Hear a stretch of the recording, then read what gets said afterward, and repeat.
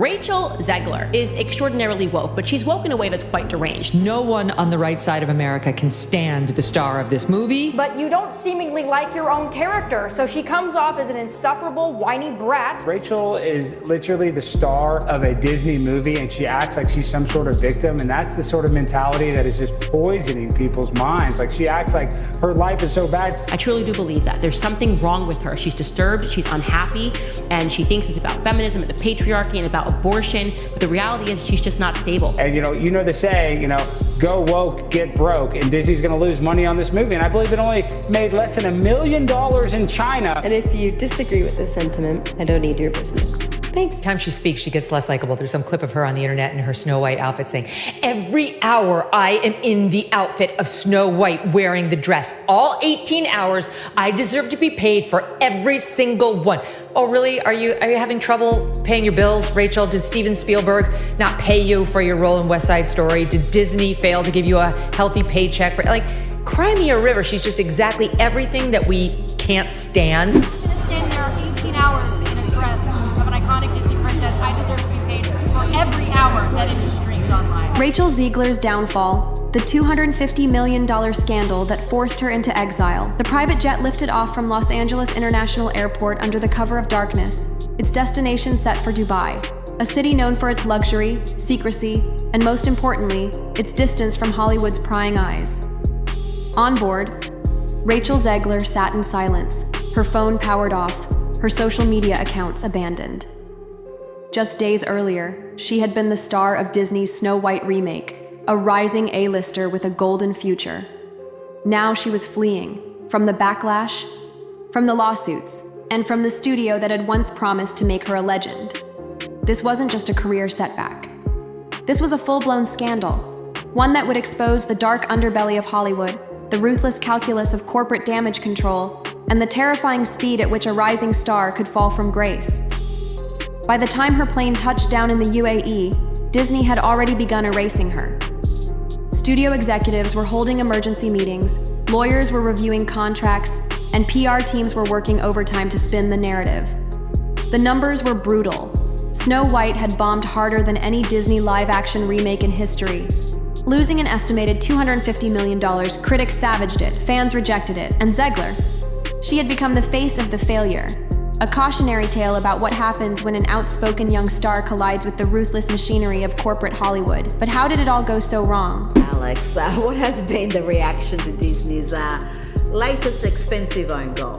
Well, the reaction has been absolutely horrible. It is the worst box office from a Disney live action remake that they've ever done. And they're projected to lose between $200 and $400 million on this. The thing that really shocks me about this story, Disney and all these media companies, they invest hundreds of millions of dollars into these projects, right?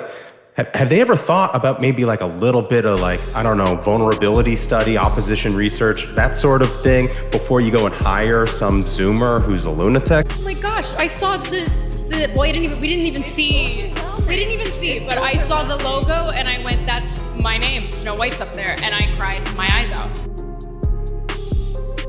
Dubai wasn't a random choice.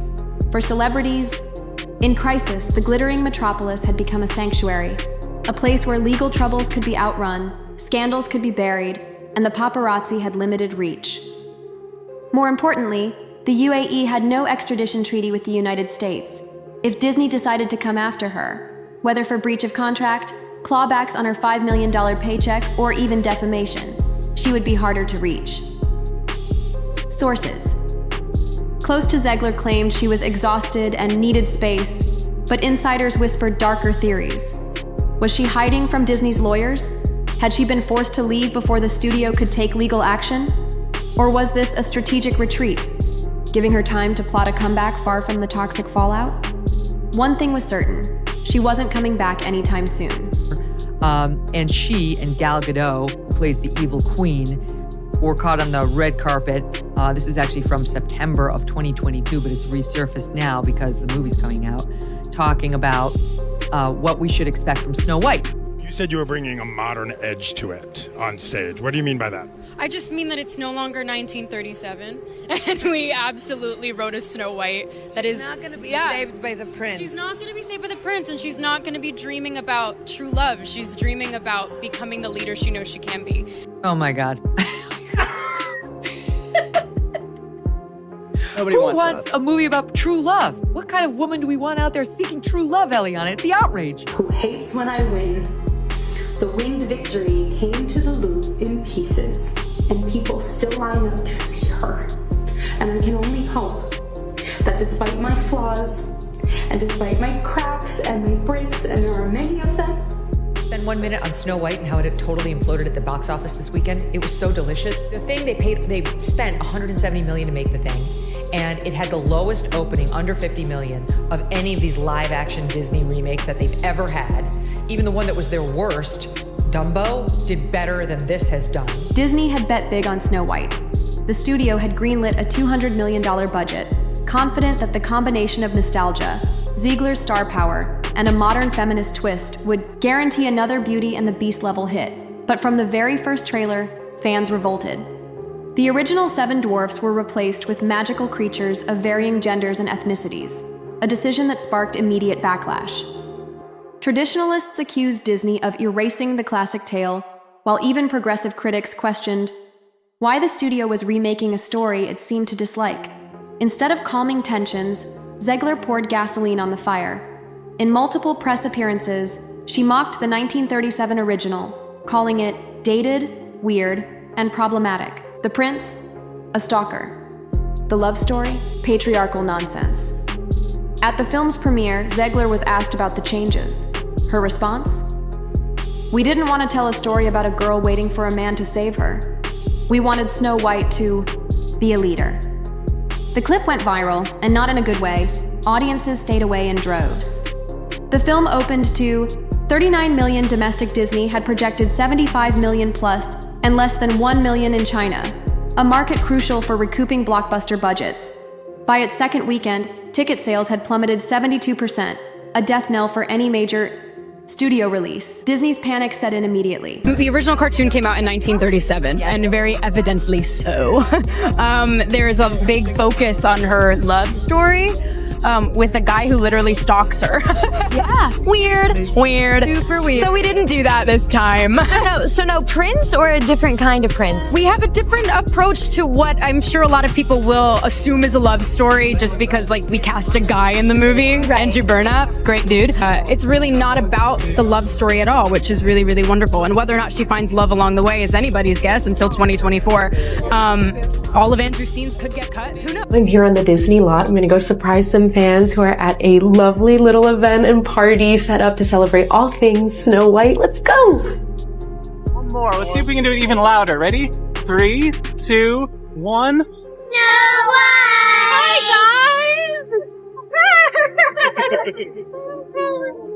Thank you so much. Hi. This is beautiful. You look lovely. I love you. You I love me? love you so much. I love you.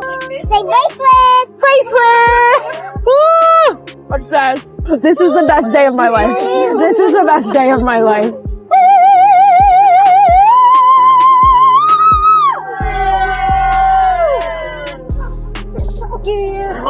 I love you too. Thank you. Did you get all me crying? Thank you so much for being here. And to see this is really emotional for me, so I'm going to try to not do that. I love her, and her superpower is her heart. It's nothing supernatural. It's something that all of us have. Thank you, and I hope you enjoy Snow White. Thank you, guys. Behind closed doors, Disney executives were furious. This wasn't just a flop, it was a franchise killer. The studio had planned Snow White as the launchpad for a new wave of live-action remakes. Now those plans were in ashes. Leaked emails revealed the studio's desperation. She's toxic. One exec's blunt assessment of Zegler: we need to distance the brand from her. Now, a directive from Disney's crisis team: explore all options, including contract termination. A legal team memo. Rumors swirled that Disney was considering suing Zegler for breach of contract, citing her damaging press tour. The studio had reportedly inserted strict morality clauses into her deal, allowing them to claw back bonuses, and even salary if her behavior harmed the film's prospects. Meanwhile, Hollywood was already moving on. Marvel quietly removed her from consideration for a major X-Men role. Universal shelved talks for a Hunger Games spin-off she was attached to. Even Spielberg, who had championed her in West Side Story, stopped returning her calls. Zegler's team begged her to lay low. Instead, she made one last fatal mistake. Under intense pressure, Zegler posted a lengthy apology on Instagram. It was polished, contrite, and completely unconvincing. Fans instantly noticed. The language was too corporate. I deeply regret if my comments offended anyone. The tone was robotic, lacking her usual fiery personality. Most damning of all, it was posted minutes after a Disney-mandated "I love Snow White" tweet. Then, just 1 hour later, Zegler tweeted again, "Free Palestine." The backlash was instant. Had she been forced to apologize? Was she sabotaging Disney on purpose? Or was this just another reckless move from a star who didn't understand the rules of the game? Disney's response was swift. They cut her off. No more premieres, no more press, no more support. And then, she disappeared. Will she ever work again? As Zegler settled into her Dubai exile, Hollywood moved on without her. The industry had seen this story before: young stars who flew too close to the sun, only to crash and burn. But Zegler's case was different. This wasn't just a personal meltdown. This was a corporate execution, a warning to every young actor about what happens when you challenge the system. Can she come back?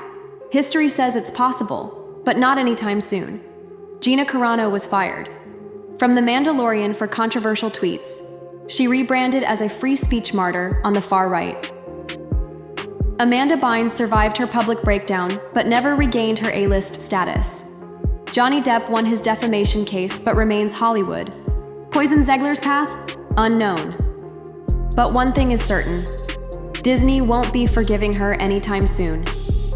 Who's really to blame? Was Zegler a victim of cancel culture? A reckless star who bit the hand that fed her?